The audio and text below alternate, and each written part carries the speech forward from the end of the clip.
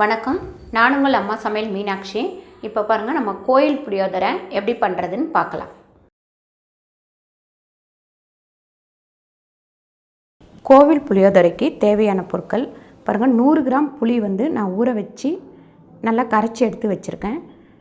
கடலைப்பருப்பு 2 ஸ்பூன், மஞ்சத்தூள் 1/2 ஸ்பூன், நல்லெண்ணெய் 150 கிராம் நல்லெண்ணெய், மிளகு பொடி பார்த்திங்கன்னா ஒரு 3 ஸ்பூன் மிளகு பொடி வச்சுருக்கேன். என்னென்னு கேட்டிங்கன்னா, அந்த சில கோவிலில் மிளகா போட மாட்டாங்க, அதனால் மிளகுத்தூள், பெருங்காயப்பொடி 1 ஸ்பூன், கருவேப்பிலை தேவையான அளவு நம்ம யூஸ் பண்ணிக்கலாம். முந்திரி ஒரு 4 பீஸை கட் பண்ணி எடுத்து வச்சுருக்கேன். 1/2 ஸ்பூன் வெந்தயம், 1/2 ஸ்பூன் ஜீரகம், 2 ஸ்பூன் உளுத்தம்பருப்பு, கடுகு 1 ஸ்பூன், உப்பு தேவையான அளவு. இது 2 அழகு சாதம் வச்சுருக்கேன். இது பார்த்திங்கன்னா, நம்ம இந்த புளித்தொக்கில் ஒரு 4-5 அழகு சாதம் கிண்டலாம். நம்ம தொக்கு எடுத்து வச்சுட்டு இந்த சாதம் வரைக்கும் கிண்டிக்கலாம். இந்த 2 அழகு சாதம் எடுத்திங்கன்னா உங்களுக்கு 4 பேருக்கு சாப்பிட்லாம். சப்போஸ் நீங்கள் கோயிலுக்கே கொண்டு போகிறீங்க அப்படின்னா, இது ஒரு 10லேருந்து 15 பேருக்கு நம்ம அந்த தொன்னையில் வச்சு கொடுக்கலாம். நம்ம கோவில் புளியோதரைக்கு ஃபஸ்ட்டு பாதி நல்லெண்ணெயை இதில் விட்டுடலாம்.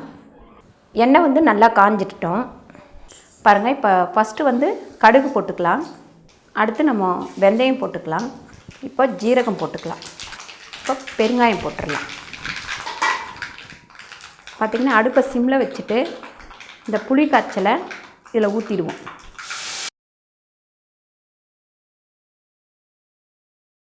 இப்போ அடுப்பை ஹையில் வச்சுட்டு நல்லா இதை கிண்டி விட்டிங்கன்னா கொஞ்சம் திக்காகிடும்.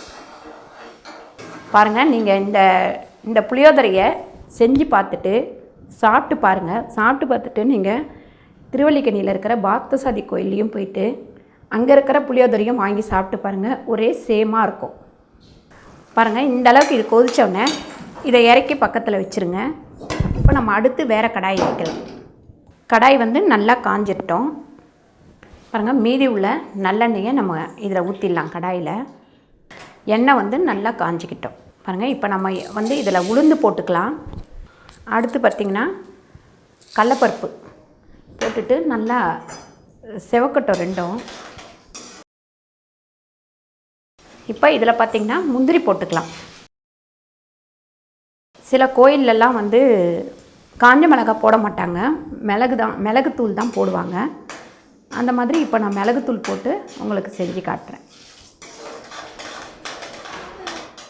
பாருங்கள், இந்த மாதிரி நம்ம நல்லா செவந்த உடனே இந்த புளி காய்ச்சலை எடுத்து இதில் கொட்டிடுவோம்.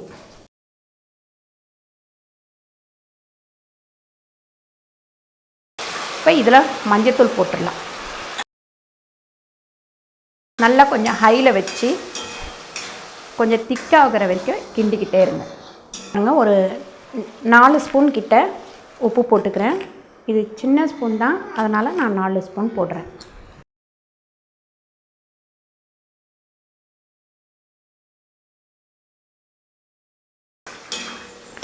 பாருங்கள், இந்த எண்ணெய் நல்லா திரண்டு வரும்போது நம்ம அடுப்பை ஆஃப் பண்ணிவிடுவோம். ஆஃப் பண்ணிவிட்டு கொஞ்சம் நம்ம இந்த புளித்தொக்கை வேறு ஒரு பாத்திரத்தில் மாற்றிடலாம். இப்போ இந்த சாதத்தை இந்த கடாயில் கொட்டிக்கலாம்.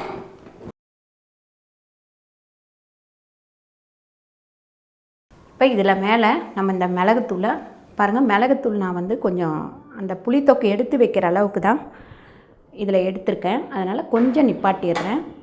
இந்த சாதத்தை கொஞ்சம் நல்லா கிண்டிக்கலாம். இப்போ இந்த புளித்தொக்கு நம்ம தேவையான அளவு கொஞ்சம் ஊற்றி கிண்டிப்போம்.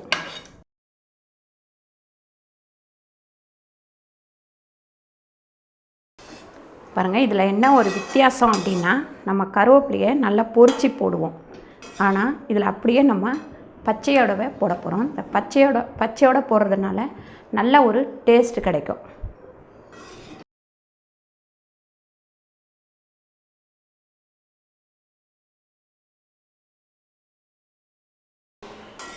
பாருங்கள், மணக்க ஒரு கோவில் புளியோதரை ரெடி ஆயிடுச்சு. நீங்களும் இதை வீட்டில் ட்ரை பண்ணி பாருங்கள். இந்த வீடியோ உங்களுக்கு பிடிச்சிருந்தா லைக் பண்ணுங்கள், ஷேர் பண்ணுங்கள், சப்ஸ்கிரைப் பண்ணுங்கள், ஃபேஸ்புக்கில் ஷேர் பண்ணுங்கள், மறக்காமல் கமெண்ட் பண்ணுங்கள். நன்றி, வணக்கம்.